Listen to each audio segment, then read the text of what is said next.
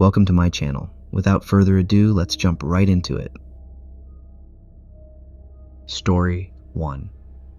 It all started when a group of my buddies decided to go hunting in the woods near my cousin's place in Minnesota.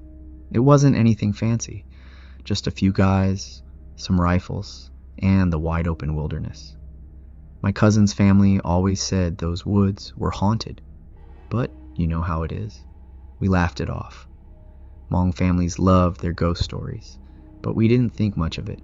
We were there to hunt, not to get scared. The first day was perfect.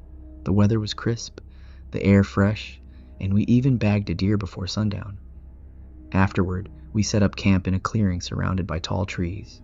We joked around, grilled the meat, and just enjoyed being out there. It felt good, you know? Simple. But on the second day, things started to get weird. We were out early, hoping to track some more game. My friend Kong said he spotted something moving deeper into the forest, so we decided to follow. It was quiet, too quiet. No birds, no rustling leaves, nothing. Just the sound of our boots crunching against the ground. That kind of silence gets to you, like the whole world is holding its breath. Anyway, we tracked what looked like deer prints for a while, but they just stopped. Out of nowhere, like whatever made them had just vanished.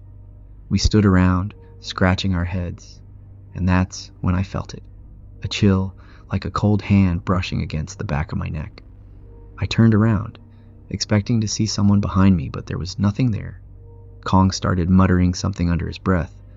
I asked him what was wrong, and he just shook his head, saying, "Let's go back to camp." But I could see it in his eyes. He was spooked. We made our way back, but the woods felt different, like they were closing in on us. I swear, every time I looked over my shoulder, I thought I saw movement. Just a flash of white between the trees, gone before I could focus. I told myself it was my imagination, but it didn't help. When we got back to camp, everything felt off. The fire we'd left burning had gone out, and the meat we'd hung up was gone. At first, we thought an animal had taken it, but there weren't any tracks. Nothing. Just an empty, eerie silence. That night, we sat around the fire, trying to shake off the feeling. Kong kept glancing at the trees, like he was expecting something to jump out at us. My other buddy, Cheng, started telling one of those old Hmong ghost stories. You know the ones, about people wandering into the forest and meeting spirits. He said something about how spirits could take the form of animals, or even people. I laughed it off, but Kong wasn't having it. He just kept saying, "We shouldn't have come here." We went to bed eventually, but I couldn't sleep. I kept hearing things, twigs, snapping, whispers that didn't make sense. At one point, I thought I saw a shadow move across the tent, but when I peeked outside, there was nothing there, just darkness. The next morning, Kong was sitting by the fire, staring at something in his hands. It was a doll, made of sticks and cloth, tied together with bits of red string. Where he'd found it, I had no idea. "Kong," Chung said, "what are you doing?" Kong didn't answer. He just kept staring at the doll, his hands trembling. When we got closer, I noticed his lips were moving, like he was whispering something, but it wasn't in Hmong or English. It was something else, something I couldn't understand. I reached out to grab his shoulder. "Kong, hey, come on, man, we need to go." His head snapped up and he looked at me. His eyes, man, I'll never forget how they looked. They were wide, bloodshot, and hollow, like he hadn't slept in days. And then he said, "She's watching." "Who's watching?" I asked, but he didn't answer. He just stood up, still holding the doll, and started walking. Cheng and I exchanged a look, and we both grabbed him, trying to snap him out of it. "Let's just pack up and get out of here," Chung said. "This place isn't right." Kong didn't fight us, but he didn't say much either. He just kept mumbling, clutching that doll like it was the only thing keeping him grounded.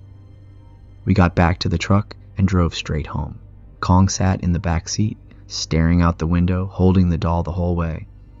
He wouldn't talk to us, wouldn't eat, wouldn't drink, It was like he wasn't there anymore, like something had hollowed him out. When we got back, Cheng's dad took one look at Kong and knew something was wrong. He called his shaman right away. The next day, the shaman came to Kong's house. He was an old man, bent with age, but his eyes were sharp, like he could see straight into your soul. When he saw Kong holding the doll, he stopped dead in his tracks. "Where did he get that?" the shaman asked. "In the woods," I said. The shaman's face darkened. "This is not good." He set up his altar in the living room and told us to place Kong in the middle. Kong didn't resist. He just sat there, still holding the doll. The shaman lit incense, chanting prayers in Hmong, calling on the ancestors for help. The whole room felt heavy, like the air was thick with something I couldn't see. At one point, the shaman took the doll from Kong's hands. The moment he did, Kong screamed. This blood-curdling sound that sent chills down my body. The shaman didn't stop chanting. He tied the doll with more red string, placed it in a bowl, and burned it. The smoke curled up in strange patterns, like it had a mind of its own. When the doll was nothing but ashes, Kong collapsed. For a moment, I thought he was dead. But then he started crying, big, racking sobs, like he'd been holding it in for years. Afterward, the shaman told us that the doll had been a vessel, something a spirit had used to latch onto Kong. If we hadn't brought him back, the spirit might have taken him completely. Kong doesn't talk about what happened. He doesn't hunt anymore, either. Neither do I. Sometimes, late at night, I think about that forest and wonder what would have happened if we hadn't found him in time. Story 2. I don't usually tell people about this story, but I guess I'll share it with you. It happened a few years ago when I went hunting with some friends. Back then, I used to love hunting. It wasn't just about the animals or the trophies. It was the feeling of being out there, like the world was quiet and it was just me and nature. But after that trip, I never went back. It started like any normal hunting trip. My friends and I planned everything down to the snacks. We got up early, loaded the truck, and headed out to this spot way out in the middle of nowhere. It was in this thick forest a few hours from town. One of my buddies said his uncle used to hunt there and always came back with big game. We figured it was worth a try. When we got there, the place felt off. I didn't say anything because, I didn't want to be that guy. The trees were so tall, they blocked out most of the sunlight, and the deeper we went, the quieter it got. No birds, no rustling leaves, nothing. Just the sound of our boots crunching on the forest floor. We set up camp in a small clearing and decided to split up to scout the area before it got dark. That's when things started to get weird. I was walking along this game trail, keeping an eye out for deer tracks, when I noticed something strange. There were these deep claw marks on a tree. The cuts were clean, like whatever made them had sharp claws. I brushed it off, thinking maybe it was just some old logging equipment or something. But then I saw them. Footprints. Now, I've seen all kinds of tracks before. Deer, bear, even mountain lions. But these were different. They were human, or at least they looked human, but the toes were all wrong. They were too long and bent at odd angle. And they were fresh. I stood there for a while, staring at them, trying to make sense of what I was seeing. That's when I heard it, the sound of someone whispering my name. At first I thought it was one of my friends messing with me. "Very funny, guys," I yelled, but no one answered. The whispering kept going, soft and low. "Come here," it said. "Over here." I froze. My stomach dropped and I felt like I couldn't move. The voice didn't sound like any of my friends. It was too raspy, too wrong. That's when I saw her. She was standing just off the trail, half hidden behind a tree. She was small, maybe the size of a teenager, and she was wearing this black dress that looked like it hadn't been washed in years. Her hair was long and black, covering most of her face, but I could see her eyes. They were so dark, they didn't even look human. She just stood there, staring at me, not moving. "Are you lost?" I asked, my voice shaking. She didn't answer. Instead, she pointed to something behind me. I turned around, but there was nothing there, just trees and shadows. When I turned back to look at her, she was gone. I didn't stick around to figure out what was going on. I ran back to camp as fast as I could, my heart pounding the whole way. When I got there, I told my friends what I saw, but they just laughed it off. "You probably saw a deer or something," one of them said. But I knew what I saw. That night, things got worse.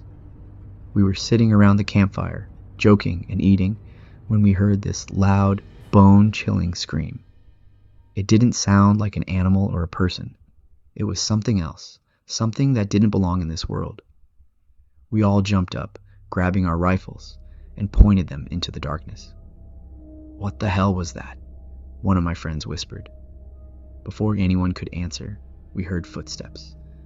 They were slow and heavy, coming closer and closer, but we couldn't see anything. "Who's there?" one of my friends yelled. No answer, just the sound of the footsteps, circling our camp. Then, out of nowhere, the fire went out. We scrambled to relight it, and when we did, we saw her again, the girl in the black dress. She was standing just outside the circle of light, staring at us.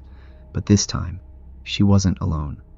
There were more of them, figures all dressed in black, their faces pale. They stood there, motionless, surrounding us. "What do you want?" I shouted, my voice cracking. They didn't say anything. They just stood there watching us. One by one, they started moving closer, their feet barely making a sound. My friends and I huddled together, rifles ready, but deep down, we knew they wouldn't help. These things weren't human. Then, just as they were about to step into the light, they stopped. The girl raised her hand and pointed at me. "You shouldn't be here," she said, her voice echoing. And just like that, they were gone. We didn't even bother packing everything properly. We just threw our gear into the truck and left that place as fast as we could. None of us said a word on the drive back, and when we got home, we didn't even talk about it. It was like we all agreed to forget it ever happened. But I can't forget. Every time I close my eyes, I see her face. And I know I'll never go back to those woods again. Thank you for listening to this video. I'll see you in the next one.